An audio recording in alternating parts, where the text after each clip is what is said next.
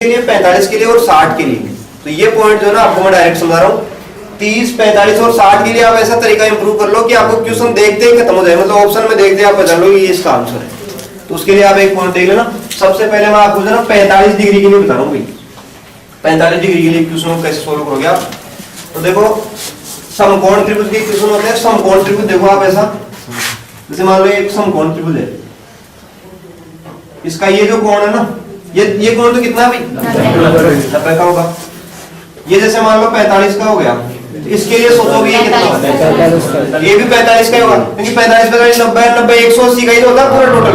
तो इसके हिसाब से ये भी 45 का ही होगा। तो आप देखो इस त्रिभुज में देखो दो कोण बराबर क्या आ गए ना, तो इन दो कोण बराबर आने के कारण से ये त्रिभुज व्यवस्थित हो गया। व्यवस्थित होने के कारण से इसमें एक पॉइंट ये लागू हो गया कि यदि दो कोण समान आ गए तो इसकी दो भुजाएं भी समान आएंगी।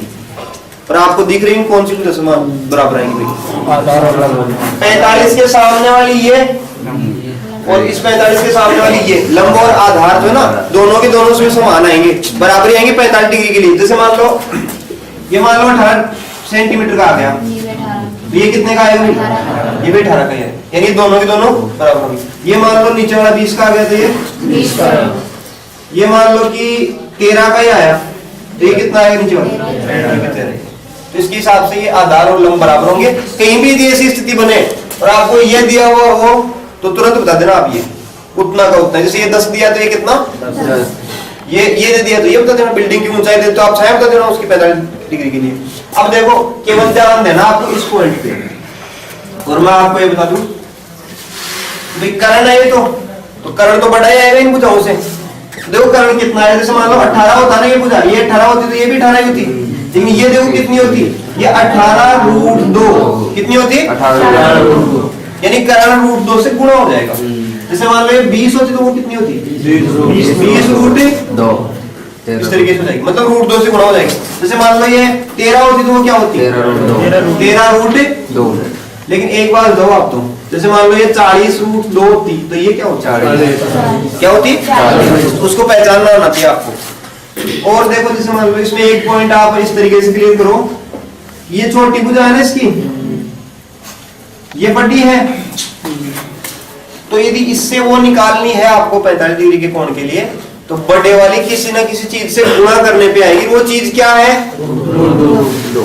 इधर वाली बता दो आपको, इसको √2 से गुणा करने पर ही आएगी। जैसे मान लो ये 10 है तो √2 से आप क्या करोगे, गुणा करोगे। लेकिन मान लो ये आपको 10√2 दी हुई है, तो इसके लिए इधर निकालने के लिए क्या करोगे, √2 का क्या करना पड़ेगा, भाग देना पड़ेगा आपको, भाग देने पर आएगा।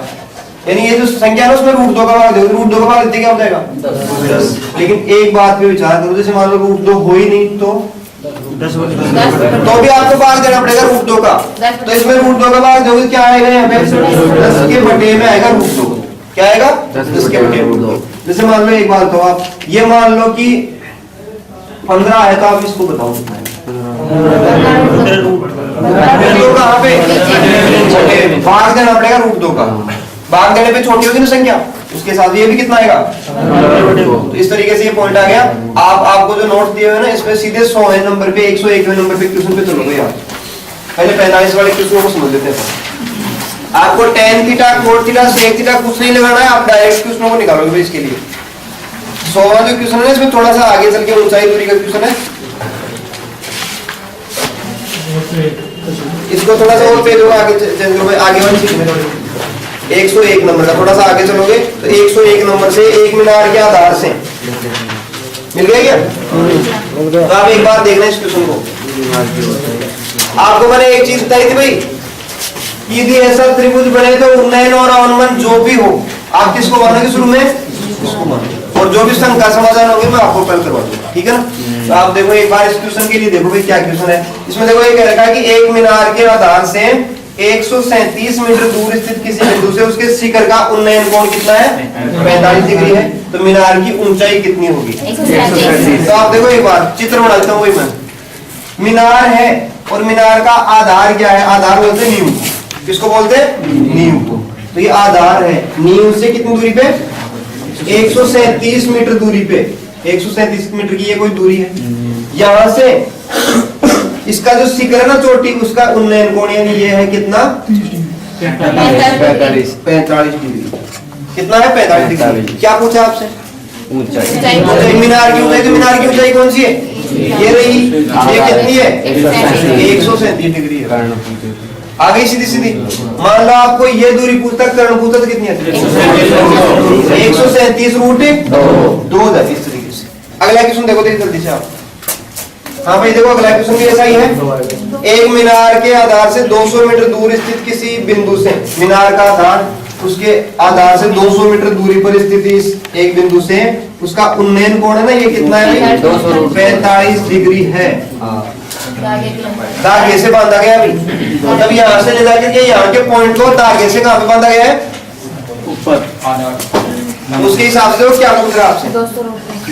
धागे की लंबाई 200 रूट। तो ये थी धागा कहाँ पे? 200 रूट। ये क्या धागा? कर्ण याद करो। ये 200 है तो वो कितना आएगा? 200 रूट 2। ये कितना आएगा? ये मीनार कितना? अगला देखो, देखिए आप। एक सैटेलाइट टावर के शिखर को 500 मीटर लंबे धागे से 45 डिग्री अनुमान कोण पर बांधा गया। टावर की ऊंचाई देखो भाई, सैटेलाइट का कोई टावर है, ये टावर है ऐसे मान लो, उसको धागे से बांधा गया है। धागा ये रहा अभी, कितना लंबा है धागा? 500 मीटर धागा है। तो टावर की ऊंचाई बताओ, कितनी होगी? क्या करना पड़ेगा भाई? भाग देंगे। छोटी आएगी ना, छोटी आएगी क्या करना पड़ेगा? रूट 2 का भाग देना पड़ेगा। तो रूट 2 का भाग दे दो भाई आप। ये लो, ये कितनी आएगी? कितनी आएगी? तो उसके हिसाब से हमारा केस सही चल रहा है कि तेरा जुगाड़? हाँ भाई अगला देखो, देखिए आप। एक इमारत की छाया ठीक उसकी ऊंचाई के बराबर है। कोई इमारत है भाई, ये रही इमारत, और उसकी जो छाया है वो कौन सी है? तो ये इसके बराबर ही है। तो आपसे पूछा है कि सूर्य का अवनमन कोण कितना होगा? तो ये छाया छाया बराबर है। कब होती है छाया बराबर? है तो आपको पता है 45 डिग्री पे होते हैं। तो क्या है कोण? 45 डिग्री का कोण है इसमें। और देखो अगला, एक बिजली के खंभे के शिखर को जमीन से बांधने के लिए खंभे की लंबाई के रूट 2 गुणे तार की जरूरत है। बिजली का कोई खंभा है, तो ये बिजली का खंभा है, उसको जमीन से बांधे। कई बार खंभों को बांधा हुआ देखा होगा। तो ये जो खंभा है उसको तार से जो ना इसको बांध दिया। कितने तार की जरूरत पड़ी? रूट 2 गुणे। इसका खंभे की जितनी लंबाई थी ना, उसके रूट 2 गुणे की, यानी इसका रूट 2 गुना हुआ। कहाँ पे होता है? कौन सा कोण? 45 डिग्री पे होगा। तो 45 डिग्री पे होगा तो 45 डिग्री क्या है? कोण है उसका। अवनमन कोण कितना भी है? 45 डिग्री। तो ये तो हो गया आपके 45 डिग्री कोण। अब देखो दो कोणों के लिए और बच गया, उनके लिए भी आप एक कोण सीखो भाई। 45 के लिए तो आपने देख लिया। इसके जो उलझे हुए क्वेश्चन आते हैं ना, पीछे आ जाएंगे आपके। इसमें भी कुछ पेज आते हैं छोटे मोटे, घुमा फिरा के तो सारे आ जाएंगे आपके। आप अभी जो ना एक तो 30 डिग्री के लिए 60 डिग्री के लिए समझ लो भाई इन पॉइंट को। 30 डिग्री और 60 डिग्री। अब देखो दोनों के लिए अलग अलग बताऊंगा ना आपको, तो आपको कंफ्यूज हो जाएगा। इसलिए मैं इन दोनों को एक साथ ही बताता हूँ आपको।